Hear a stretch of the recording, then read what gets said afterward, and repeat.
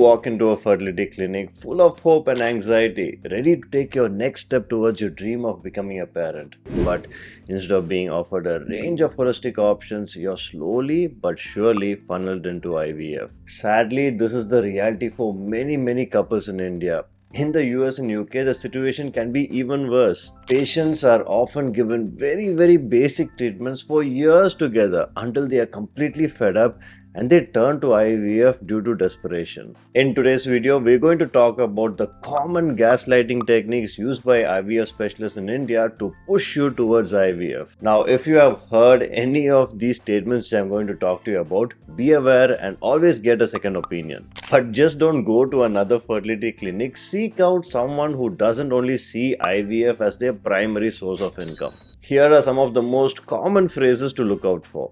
Your tubes are blocked.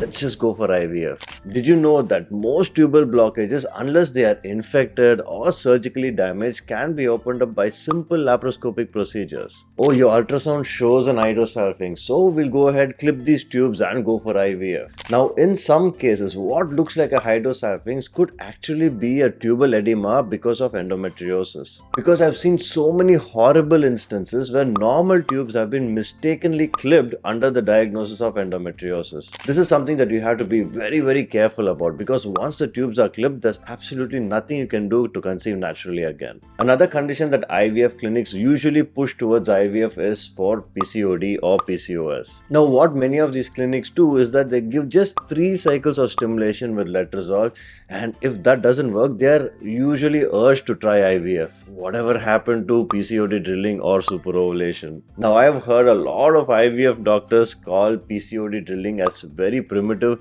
but if you are really interested in having a baby naturally, shouldn't that be considered as your first option? Then there's AMH.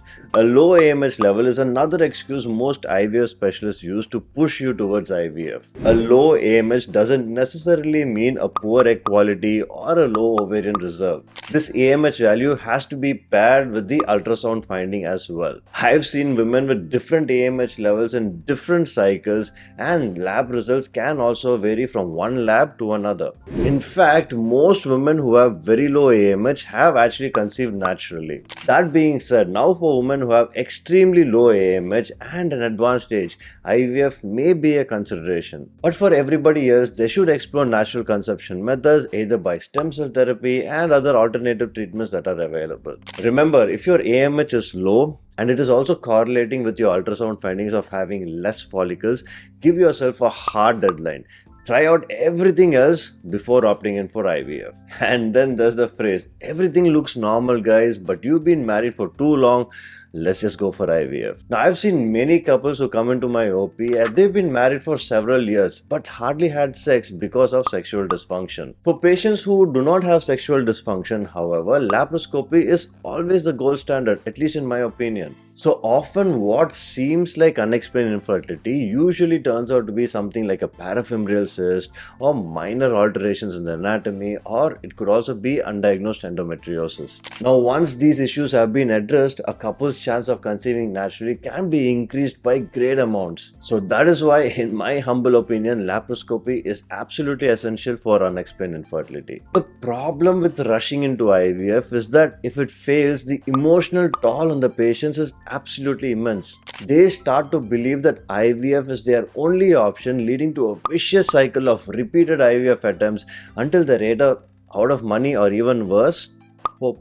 We need to understand that many couples are willing to go that extra mile just to figure out their issues and try for natural pregnancy. But unfortunately, they are often pushed towards IVF out of fear or the promise of a quick fix. But remember, quick results don't always mean natural results, and overtreating a condition can have a long-term consequence both physically and mentally for the couple. Another pandemic that is actually going on right now in India is that some clinics push for a donor IVF cycle as if that's the only solution for a failed IVF cycle. In my own OP, I have seen so many couples who have lost hope after facing so many IVF failures only to discover that their issue was relatively very minor. And once these issues are addressed, most of them conceive without the need of IVF. Remember, majority of the couples who are actually visiting IVF clinics are subfertile and not infertile.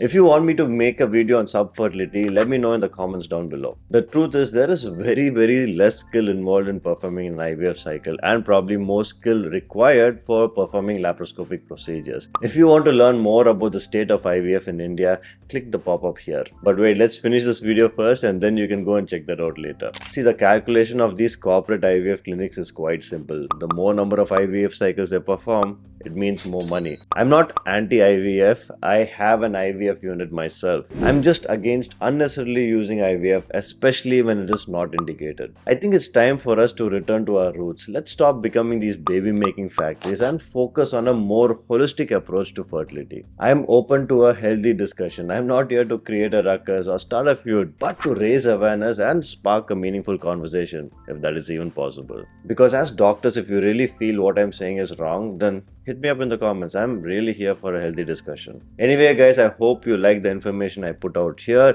Give this video a like, subscribe to my channel for more such informative real talk, and until next time, have a great day and I will see you in the next one.